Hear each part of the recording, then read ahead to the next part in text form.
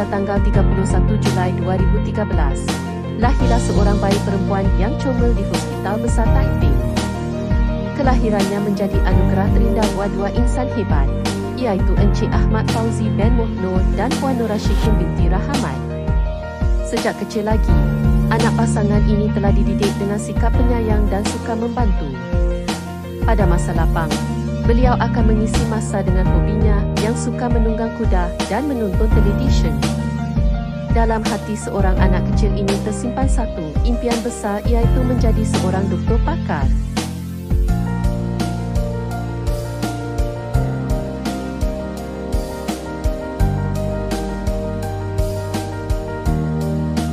Di sekolah, pada tahun 2025, beliau telah diberi kepercayaan besar untuk memegang jawatan sebagai Ketua Pengawas Sekolah dan menjadi Naib Pengerusi Tunas Kadin Remaja Sekolah.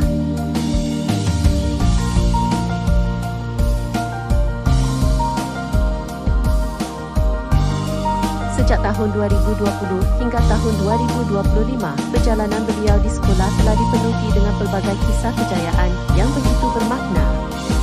Tahun demi tahun, langkah kecil seorang anak ini semakin jelas menunjukkan keazaman dan kegigihan yang luar biasa.